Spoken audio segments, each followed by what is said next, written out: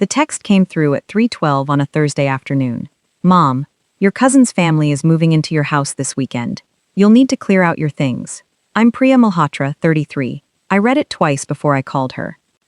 I'm a senior underwriter at a regional credit union, the kind of job my family calls just paperwork. My younger cousin Devesh, 27, has never held a job past 6 months and has lived rent-free in my aunt's guest house for 4 years, something my mother calls finding himself, while calling my career predictable. In 2014, at 24, I bought a small 2-bedroom Craftsman outside Sacramento for $210,000, saved entirely on my own, and spent a decade paying it down and restoring it weekend by weekend. Last year, a developer offered me $780,000. I turned it down. It's my home, not an asset.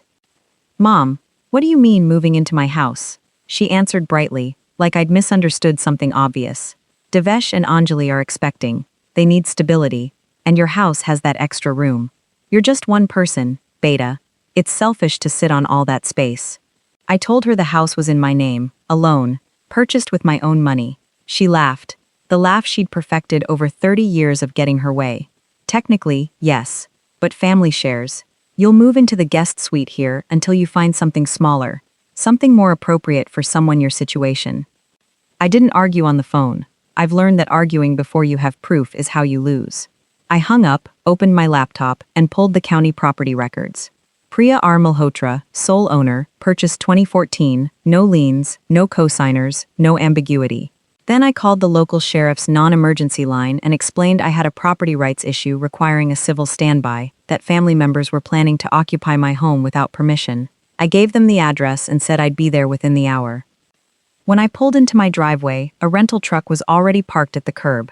My cousin Devesh was carrying my grandmother's carved wooden chest, the one I'd refinished myself, out of my spare bedroom.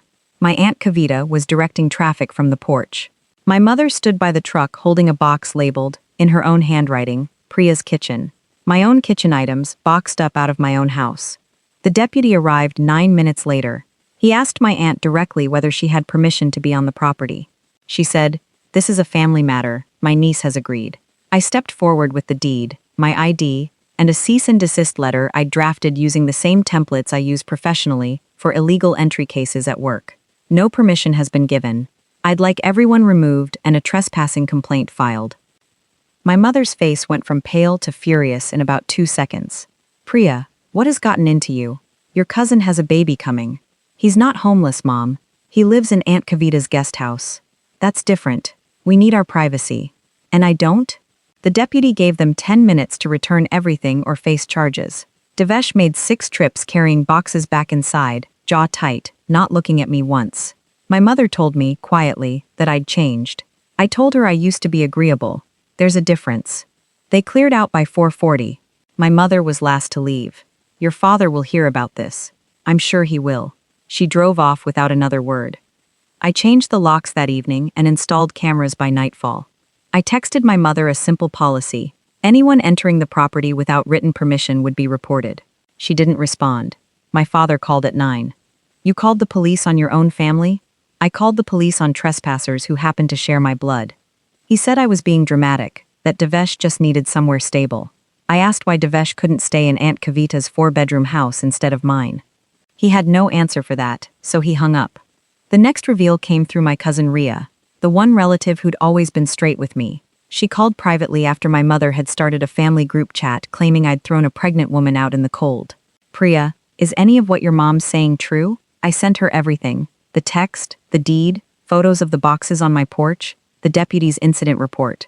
10 minutes later she called back. "This is insane. They actually tried to move into your house." She forwarded the documentation to the family chat herself. The narrative flipped within an hour. Half the family apologized. My mother left the group chat entirely. 3 weeks later, Devesh and Anjali moved into a rental apartment my father co-signed and paid the first month's deposit on. Nobody asked me for anything, which was its own kind of answer.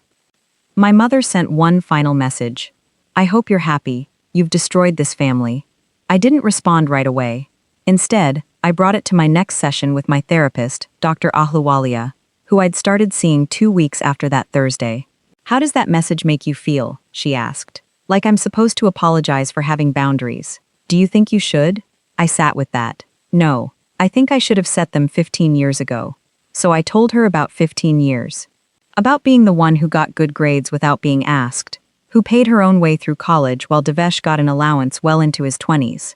About the year I made regional director at 29, the youngest in the credit union's history, and my mother said, "That's nice," before spending half an hour on Devesh's new business idea.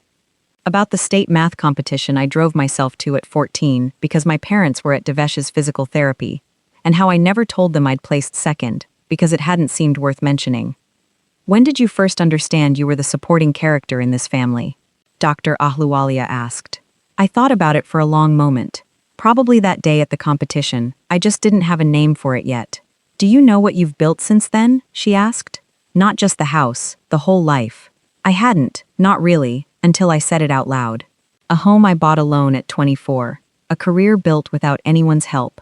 A decade of decisions that were entirely mine. And when they tried to take it, she said, you protected it. That's not selfishness. That's just refusing to disappear.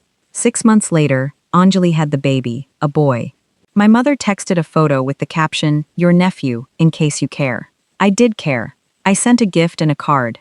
I didn't offer to host the naming ceremony. I didn't offer my house for the next family gathering. I offered basic courtesy and nothing more. My mother told Ria I'd gone cold. Ria texted me the response herself. You're not cold. You're just not useful to her anymore. She wasn't wrong. I started having Sunday dinners with Ria and her husband instead. I joined a pottery studio near the house and made friends who thought underwriting was, unexpectedly, interesting. I hosted a small holiday dinner with coworkers who brought food and actual conversation. My parents sent a card that December. Inside, my mother had written, family is family, don't forget that. I read it once and put it in a drawer. Because here's what I understand now. Family is the people who see you clearly, who celebrate what you've built without resentment, who respect a boundary without treating it as a betrayal. Mine saw a resource, a spare room, a convenience they assumed would always be available. I stopped being available. The mortgage on that house is paid off now. I made the final payment in March. The title reads exactly the way it always has. Priya R. Malhotra, sole owner, no liens, no one else's name anywhere on the paper. My mother once called it the family home. She was wrong. It was never that. It was the home I bought, the one I restored with my own hands on weekends nobody else showed up for, and the one I finally learned to protect, even from the people who were supposed to protect me first. If someone in your own family had tried to take what you built and call it generosity, would you have let the argument play out at the kitchen table? Or would you have done what I did, and simply called the people whose job it is to read the paperwork?